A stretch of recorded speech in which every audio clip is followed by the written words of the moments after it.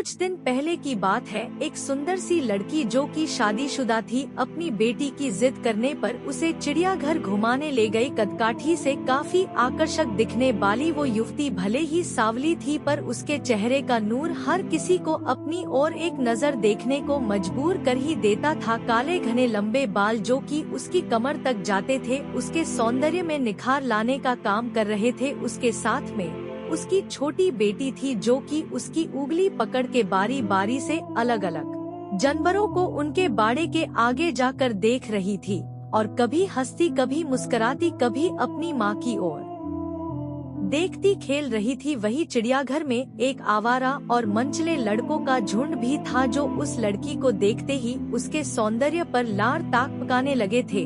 उनमें आपस में ही होड़ लग गई। वे एक दूसरे से कहने लगे, वो देख तेरी भाभी आ रही है। तभी दूसरा लड़का पहले वाले से कहता है, चल पगले, भाभी तो तेरी है, मेरी तो जानेमन है। ऐसे भद्दे और अश्लील कमेंट्स करते हुए वे लड़के उस लड़की के आगे पीछे घूमने लगते हैं।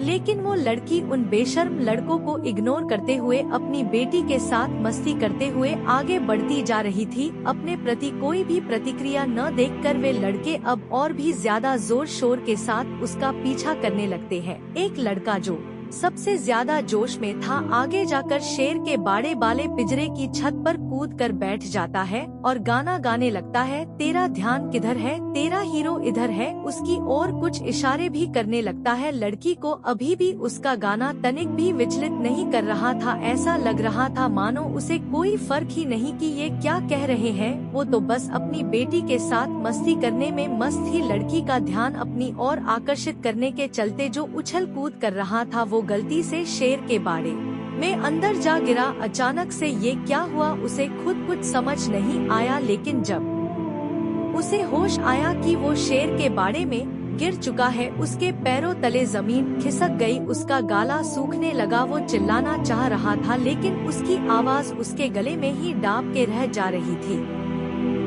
बहुत कोशिश करने के बाद वो अपने दोस्तों से मदद के लिए गुहार लगाने लगा, भाई प्लीज मुझे बचा लो दोस्त। लेकिन कोई भी उसकी मदद करने के लिए आगे नहीं आ रहा था। दूसरी ओर जैसे ही शेर ने देखा कोई उसके बाड़े में आ गया है, शेर धीरे धीरे दबे पैर आगे बढ़ने लगता है। शेर के चेहरे और उसकी आंखों का खौफ देखते ही लड़के का हाल बेहाल हो गया था। उसे तो लगा था शायद ये उसकी जिंदगी का आखिरी दिन होगा। बाड़े के बाहर बहुत से लोगों की भीड़ इकट्ठी हो जाती है और सब लोग उसे बाहर आने के लिए चिल्लाते हैं, लेकिन आगे बढ़ के कोई भी उसे बचाने के लिए नहीं आता है। शेर आगे बढ़ रहा था, तभी भीड़ में से आगे आते हुए उस लड़की ने अपनी शादी का एक किनारा जल्दी से बाड़े में फेंका और चिल्लाकर कहा, जल्दी से पकड़ो।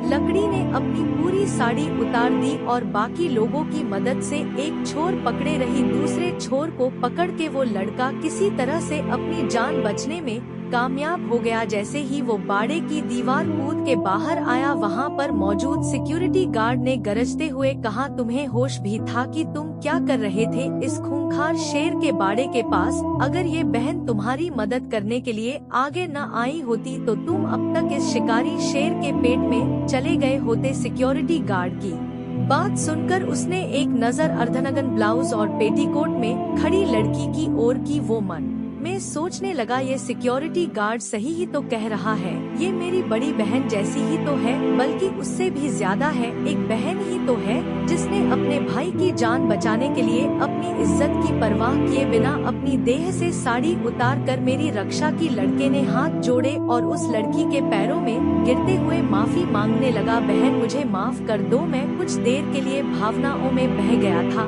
और अपनी मर्यादा को भूल गया था, मुझे माफ कर दो। आपने अपनी इज्जत की परवाह किए बगैर मेरी जान बचाने के लिए अपनी साड़ी तक उतार दी। आगे से मैं किसी भी महिला को अपनी माँ और बहन की नजर से ही देखूंगा। उस लड़की ने अपने पैरों में पड़े लड़के को पकड़ के उठाया और मुस्कुराते हुए कहा, भाई किसी भी स्त्री की इज्जत उसके बदन पर लिपटे चंद वस्त्रों में नहीं होती और न ही उसके किसी विशेष अंगों में होती है। ये हम इंसानों की मानसिक विकृति है जो उसे जबरन इज्जत के साथ जोड़ के देखते हैं, जबकि सच्चाई तो ये है कि स्त्री इज्जत तो उसके आचरण, उसके चरित्र से जुड़ी होती है।